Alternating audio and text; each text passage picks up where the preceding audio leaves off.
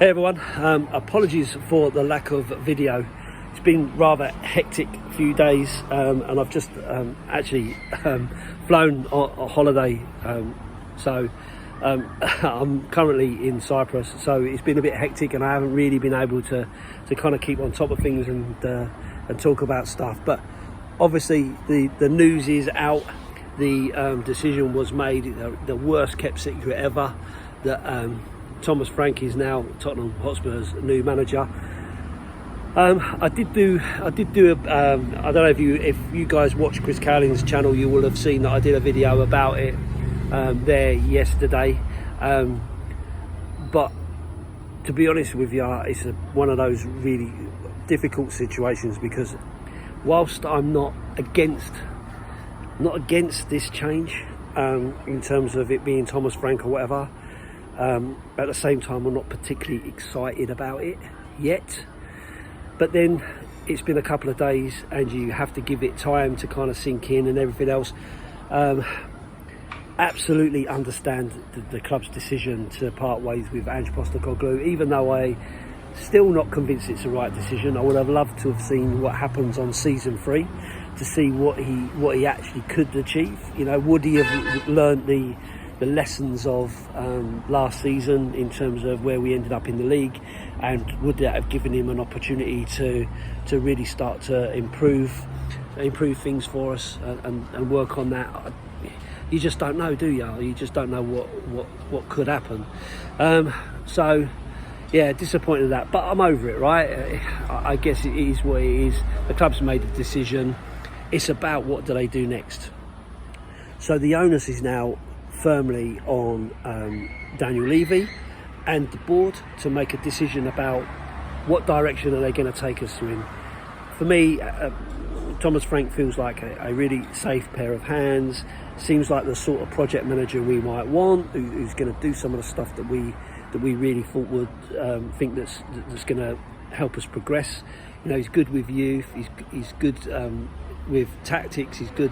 You know, he's flexible in his approach. All that kind of stuff. So there's a lot of really good stuff about it, right?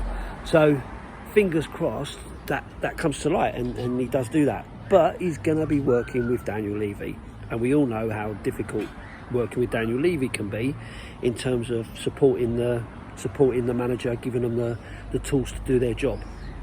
So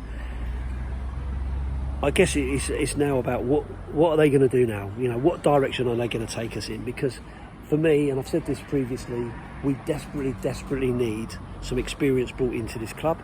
We need some players who are ready now, that know what it's like to really win. I know we've just won a trophy, but you know, these guys are still very, very young, sort of 18, 19, 20-year-olds.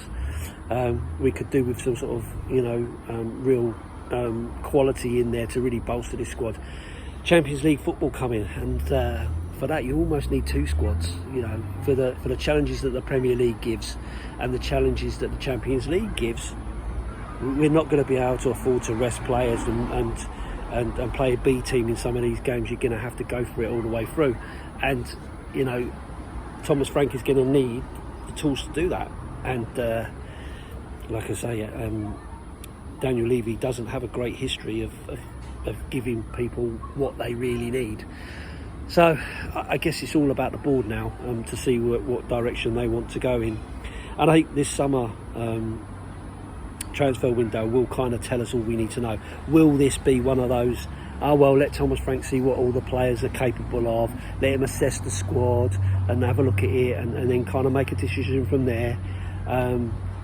Or are they going to go out and go, right, we really need a quality number 6, we really need a playmaker, we really need a left winger, we really need an out-and-out striker? You know,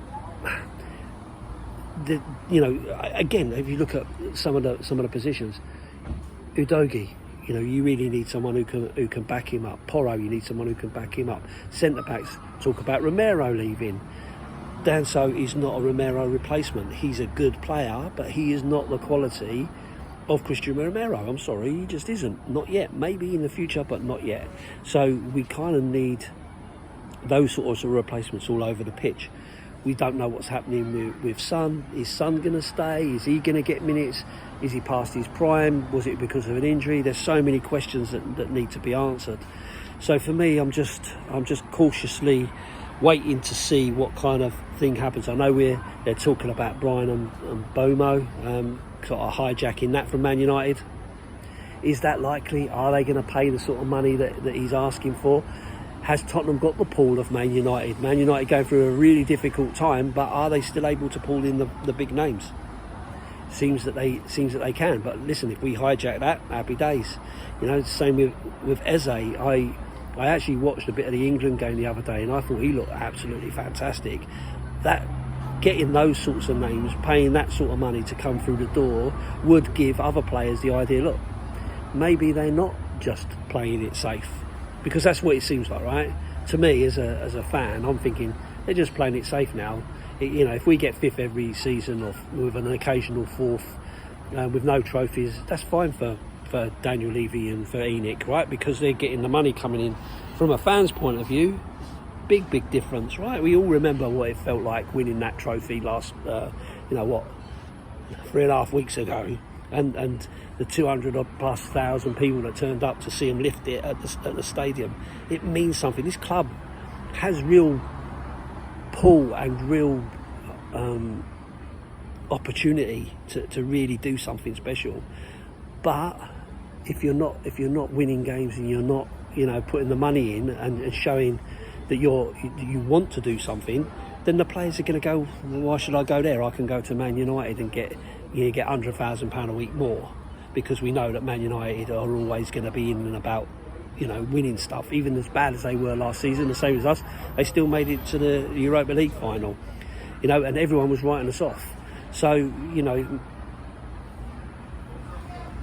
Man United still have that opportunity to do what they want to do. I'm sorry if that stuttered there. Something just happened on my phone. Don't know why. So when you're competing with that sort of scenario, if the players don't think that the club are serious about doing some real good things, because they want glory as well, right? They get loads of money regardless. If you're getting, millions of pounds and you're already a millionaire, yeah, they want money for life. They want it to set themselves up. They want to set their families up. They want to do some different things. So money plays a big part. But they also want to say they want the money, but they want the glory as well. That's why players will go to teams like Man City, because they think, well, I'm guaranteed a trophy there. Same with Chelsea. They always seem to pull one out of the bag. Man United are exactly the same. Even as bad as they've been, they still won an FA Cup, still won a Carabao Cup.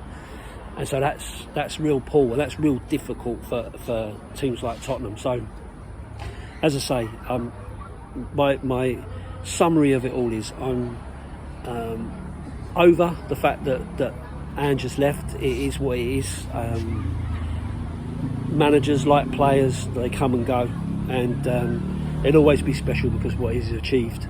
But at the same time as that, we can't get away from the fact that we lost so many games, and you can't really argue that the football was entertaining towards the end. You can't.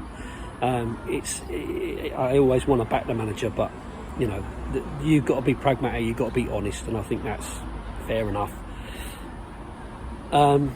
Thomas Frank coming in, am I excited? Not particularly, but I'm keen to see how he gets on, keen to give him a chance.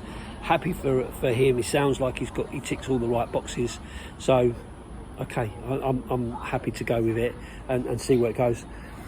But my big overriding question is always going to be, what are the owners going to do? Are they going to back him, give him the tools, and build on what we've just built on in terms of winning that trophy? Because now's the time, right? If we say to dare is to do, well, Daniel, it's over to you. To dare is to do. You've dared and done it, getting rid of a manager who's won you a trophy. Now you've got to see what direction it takes off, because, to be honest with you, the amount of managers out there is slowly running out. The amount of different styles is running out. The amount of opportunities are running out. At some point, you've got to look at yourself and say, I don't know where else to take it, and someone else should take on this club and do something special with it. But listen, it is what it is. But like I say, apologies for leaving it so late to talk about this. Like I say, I've literally just arrived in on holiday today. But if anything else comes up over the next few days, I'll make sure that I give you my opinion of it. Please feel free to leave your comments in the comment section. Please do give me a like if you like it. I'll add the link to the Chris Cowlin video that I did yesterday for anyone who's interested. If you haven't seen that, take a look on there. It might be a little bit similar to what I've said here, but you know, it's up to you if you want to see it in a different format. Okay, let's say thanks for watching, and I'll see you on the next one. Up the Spurs.